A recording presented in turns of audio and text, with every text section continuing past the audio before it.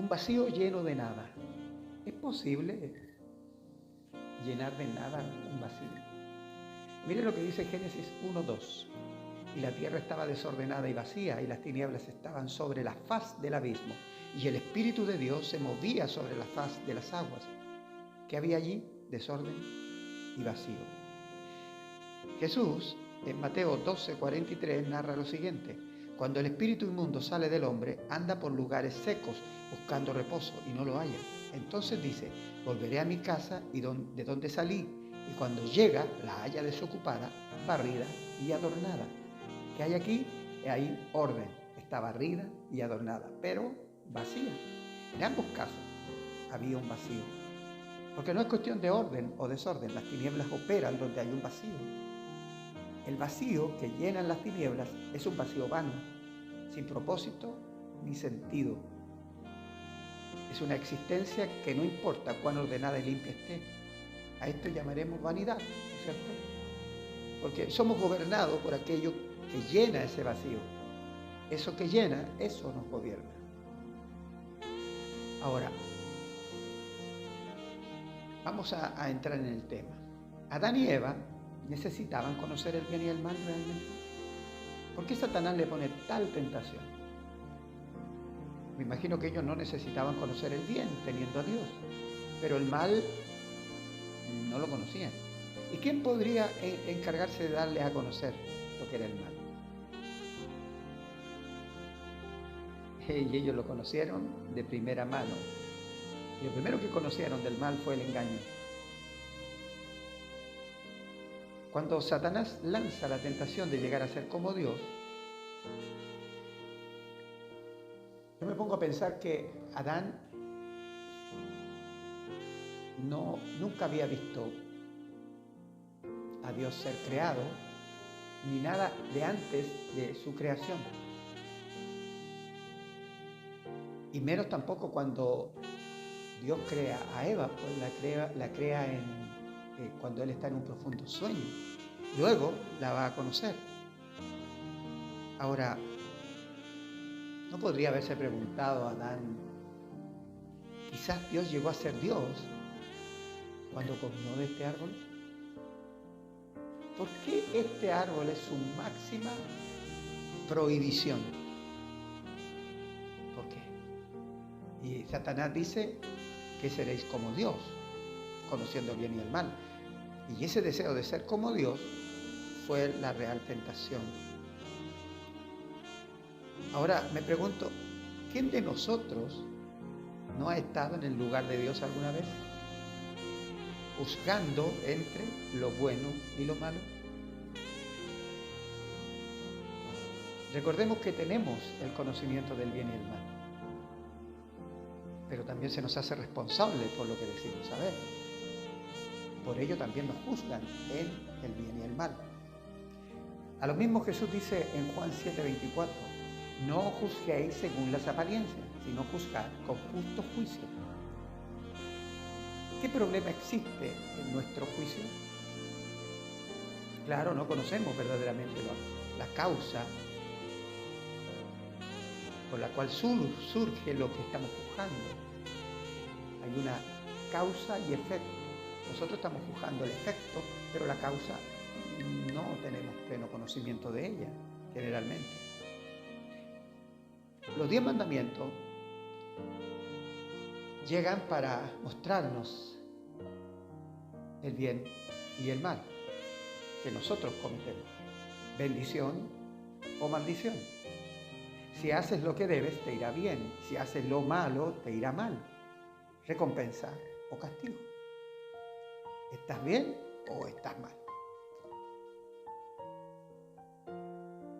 Este es el trato que Dios con un pueblo recién nacido que necesitó ser guiado de esta manera hasta que llegara el tiempo de ser liberado de aquella etapa de vida. En Gálatas 4:4-6 dice, pero cuando vino el cumplimiento del tiempo, Dios envió a su Hijo nacido de mujer y nacido bajo la ley para que redimiese a los que estaban bajo la ley, a fin de que recibiésemos la adopción de hijos. Y por cuanto sois hijos, Dios envió a vuestros corazones el Espíritu de su Hijo, el cual clama, Abba, Padre. La ley entonces actuó como un custodio de un niño en tanto era necesario. En Gálatas 3, 23 al 25 dice, pero antes que viniese la fe, estábamos confinados bajo la ley, encerrados para aquella fe que iba a ser revelada. De manera que la ley ha sido nuestro ayo, o nuestro custodio, para llevarnos a Cristo, a fin de que fuésemos justificados por la fe. Pero venida la fe, ya no estamos bajo ayo. El ayo era un esclavo de confianza en una familia griega, quien tenía la tarea de velar por los varoncitos de la familia. Los acompañaba a la escuela, permanecía con ellos en las clases, los corregía cuando se portaban mal o empleaban malas palabras, y era su custodio general. Cuando los niños llegaban a la mayoría de edad, quedaban libres de su supervisión. Pablo lo usa como una figura de la ley, que dirigió y disciplinó al pueblo de Dios hasta la venida de Cristo. Entonces, ¿qué propósito tenía la ley? Romanos 3:20, ya que por las obras de la ley ningún ser humano será justificado delante de él, porque por medio de la ley es el conocimiento del pecado. Estábamos viendo, ¿cierto?, que el hombre conoce el bien y el mal, pero no conoce realmente qué lo causa hasta que no llega a Cristo. Para todos está claro, o estaba claro, que matar era malo, o es malo, y a partir de ahí se emitirá un juicio y un castigo determinado. El bien y el mal es la consecuencia visible de una causa invisible que Cristo revela desde el corazón de los hombres. Lo verdadero o falso son conceptos que los judíos no manejan y que confunden aún a los más religiosos, como los fariseos, escribas y sacerdotes. Una historia muy conocida narrada por Jesús es la del fariseo y el publicano. En Lucas 18, del 10 al 14, dos hombres subieron al templo a orar. Uno era fariseo y el otro publicano. El fariseo, puesto de pie, oraba consigo mismo de esta manera: Dios, te doy gracias, porque no soy como los otros hombres, ladrones, injustos, adúlteros, ni aún como este publicano. Ayuno 2 veces a la semana, doy diezmo de todo lo que gano, mas el publicano, estando lejos, no quería ni aún alzar los ojos al cielo, sino que se golpeaba el pecho diciendo: Dios, sé propicio a mí, pecador. Ahora Jesús emite estas siguientes palabras: os digo que éste descendió a su casa justificado, este es el publicano, antes que el otro, el fariseo. Porque cualquiera que se enaltece será humillado, y el que se humilla será enaltecido. ¿Quién sería el bueno en esta historia si no supiéramos lo que dijo Jesús? Para muchos, a primera vista, sería el fariseo, sin duda, y el malo, el publicano. Más aún si sabemos o supiéramos quiénes eran los publicanos. Los publicanos eran cobradores de impuestos, ladrones y traidores a su propio pueblo. Por eso eran despreciados por los judíos. Sin embargo, Jesús revela quién es falso y quién es verdadero. El publicano es verdadero porque reconoce de todo corazón lo que él era delante de Dios. Dios, sé propicio a mí, pecador. Pero en cambio el fariseo estaba orgulloso de lo que hacía, cuyos actos no provenían de una relación genuina con Dios, como parecía.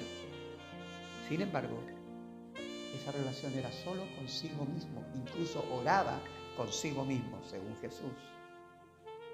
La visión de un religioso estaba limitada solo a lo que se hacía, y por esa razón para ellos las tradiciones también eran muy importantes. Por ejemplo, lavarse las manos antes de comer no era solo un hábito de higiene, sino de purificación ceremonial.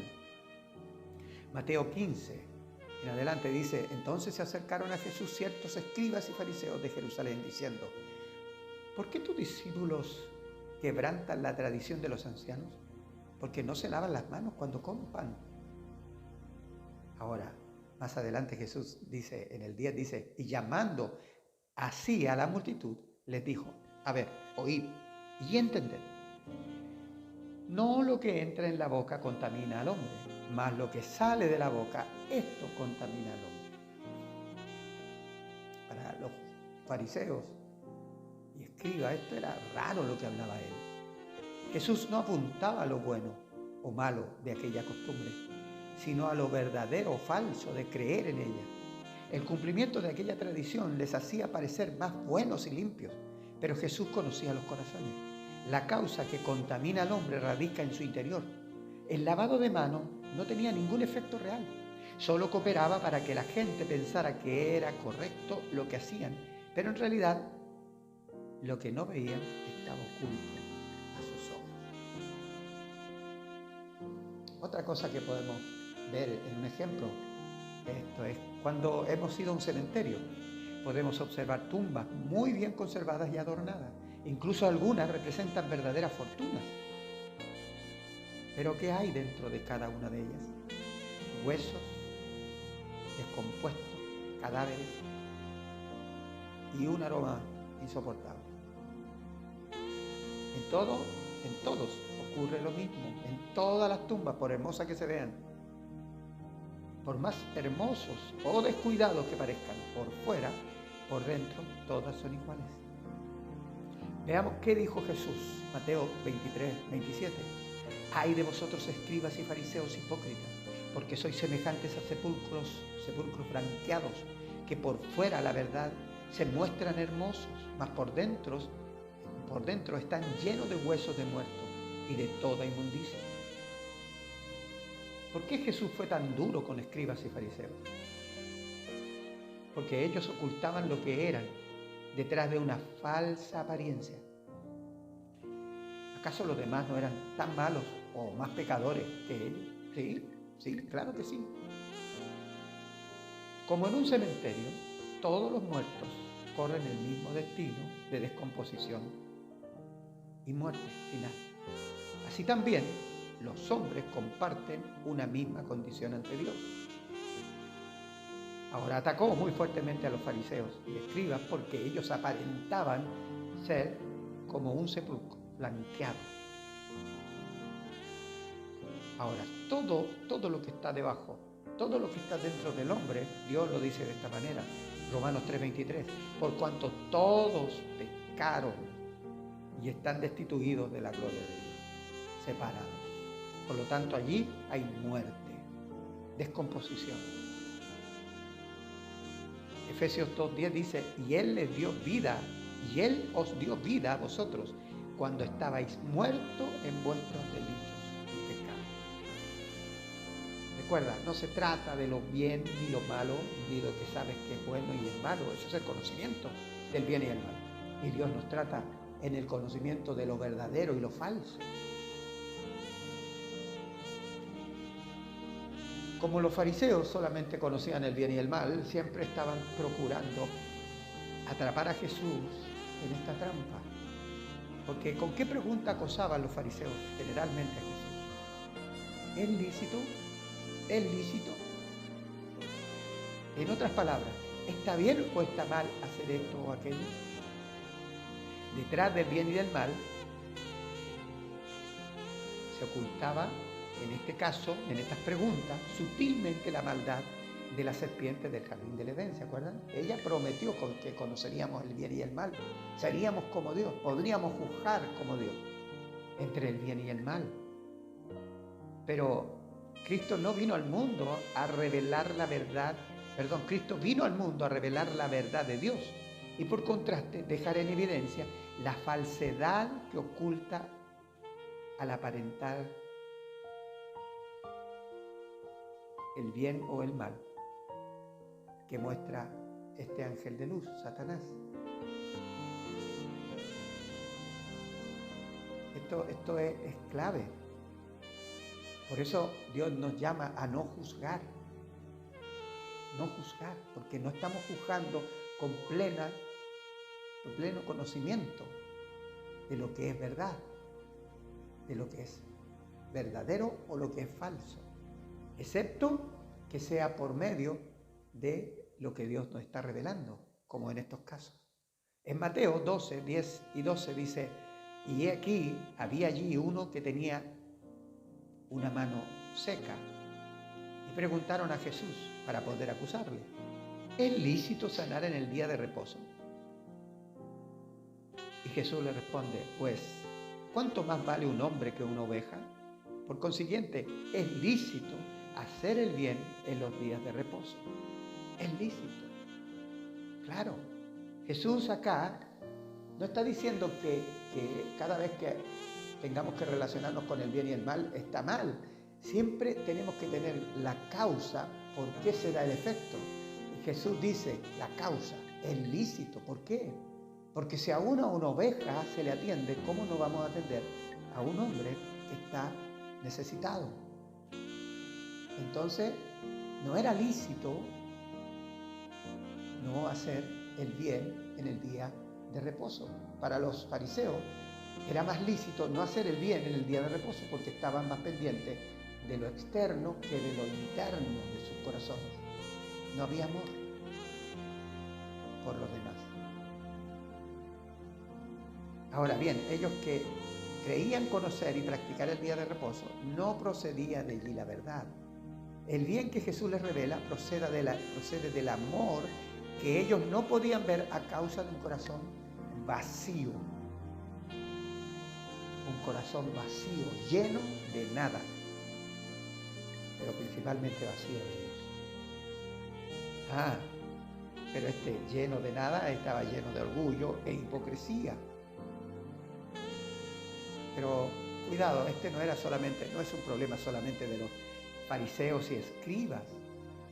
Este es un problema de toda la raza humana. De toda la raza humana. Aquí vamos a entrar en algo más profundo. Para Dios, las buenas intenciones no siempre provienen de buenas fuentes. ¿Cómo es posible que nuestras buenas intenciones se opongan a la voluntad de Dios? Nosotros siempre evaluamos el buen sentimiento, ¿cierto? Y tenemos claro que ese es el parámetro perfecto para hablar que eso es la verdad, que está bien y no está mal. O cuando alguien ha matado con esa rabia y odio, nosotros podemos decir, bueno, ahí hay maldad, en la mayoría de los casos. Ahora, es el caso, por ejemplo, de Pedro, el que no tiene mala intención con Jesús, pero Jesús lo relaciona con Satanás. Y la pregunta es ¿por qué? Veamos, Mateo 16, 21 al 23. Desde entonces comenzó Jesús a declarar a sus discípulos que le era necesario ir a Jerusalén y padecer mucho de los ancianos y de los principales sacerdotes y de los escribas y ser muerto y resucitado al tercer día.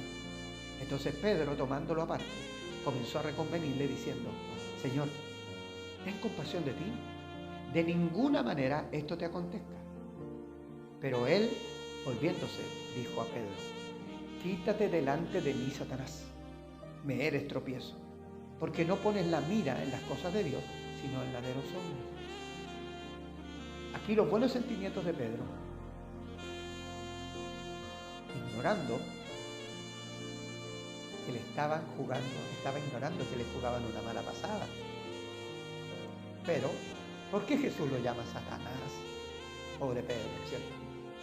Porque detrás de sus buenas intenciones se escondía un propósito velado a su conocimiento hasta ese momento.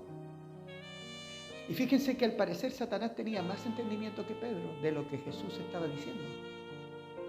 Porque Pedro solo escuchó que Jesús sería muerto si iba a Jerusalén y eso le preocupó. Pero no se dio cuenta que él había dicho también que resucitaría. Ahora, esa palabra final tiene que haber alentado a Satanás para impedir que tal cosa ocurriera. El propósito de Satanás entonces es que Jesús no llegue voluntariamente a la cruz. Por eso Jesús se dirige a Pedro como si lo hiciera a Satanás. Ahora, ¿de qué manera Pedro erraba en esto? Al desconocer el propósito de Dios.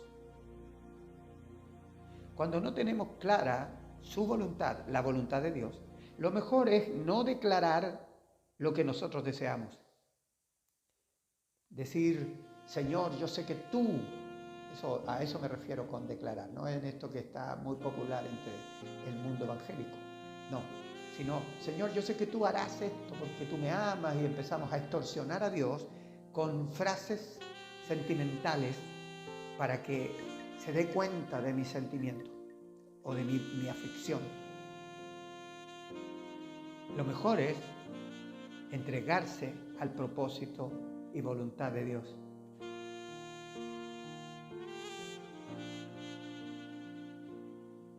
Allí hay verdadera paz y descanso porque estamos confiando en Él, cualquiera sea el resultado. Él hará su voluntad. Recuerden que Jesús fue a la cruz y también pasó por el pedirle al Padre si era posible que pasara de Él esa copa, que lo hiciera. Pero Él también llega al punto de decir, pero no se haga mi voluntad sino la tuya.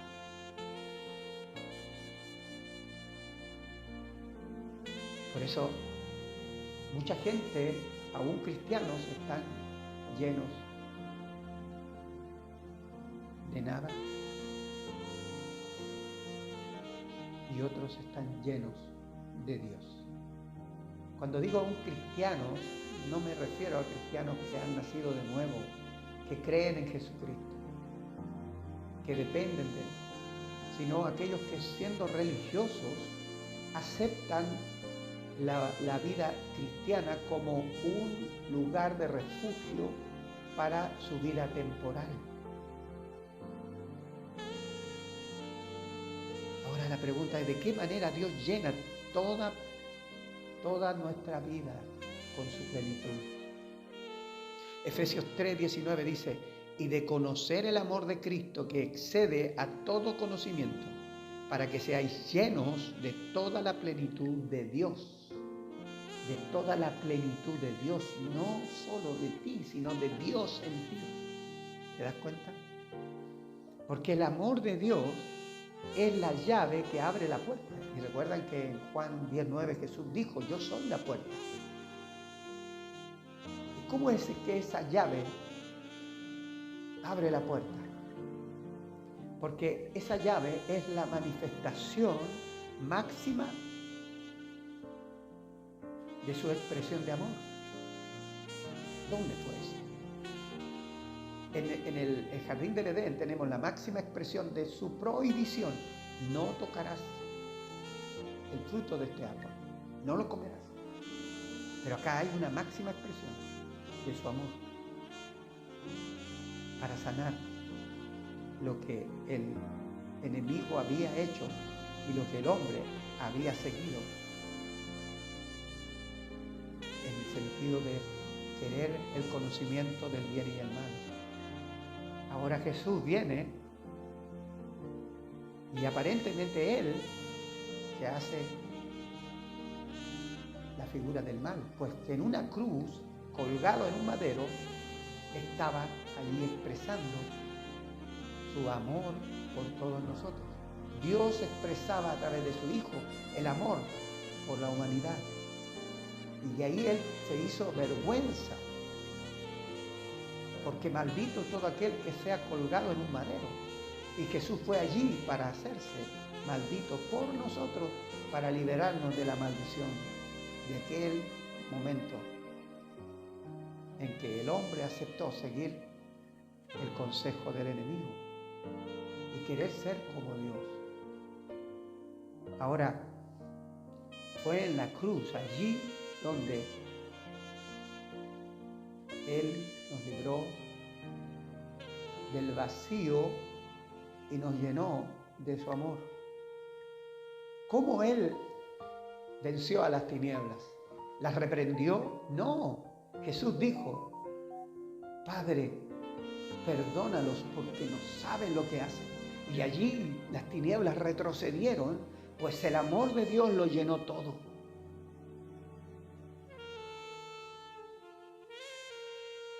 Si nosotros hoy día le preguntáramos a un endemoniado qué significó para él la cruz, nos diría que fue su liberación. Si le preguntáramos a una persona que recién se convierte a Cristo, ¿qué nos diría? Allí Cristo me salvó pagando por mis pecados. Pero ¿te has preguntado qué diría el Padre si le preguntáramos qué significó para él la cruz? El Padre nos diría que en aquella cruz derramó todo su amor por nosotros. Si quieres ser lleno del amor de Dios, tienes que ir a la cruz. Tienes que recordar qué hizo Él por ti y aceptar ese sacrificio como tuyo, para ti, para tu vida, entendiendo que ahí no hay un conocimiento del bien y del mal. Allí hay un conocimiento de lo verdadero y lo falso. Lo verdadero es lo que Él hizo por nosotros y lo falso es lo que nosotros estamos viviendo en este mundo. Este mundo es un sistema mentiroso, falso. Todo lo que nosotros a veces peleamos y discutimos de las cosas que suceden en el mundo, después nos damos cuenta que no eran como pensábamos. ¿Por qué? Porque detrás hay una causa. Lo que vemos es el efecto. Por eso nosotros no debemos vivir por el efecto de lo que el mundo nos muestra, sino por la causa que Dios nos ha revelado desde su amor en la cruz del Calvario, liberándonos de la culpa, del engaño y de la necesidad de estar juzgando a todos en virtud del bien o del mal. Que la paz de Dios que está sobre cada uno de los que creen llene nuestros corazones. Por eso escuchamos y queremos entender más y más de la palabra de Dios, porque en la medida que vamos entendiendo, vamos llenando nuestro corazón de la plenitud de su amor. Que Dios te bendiga.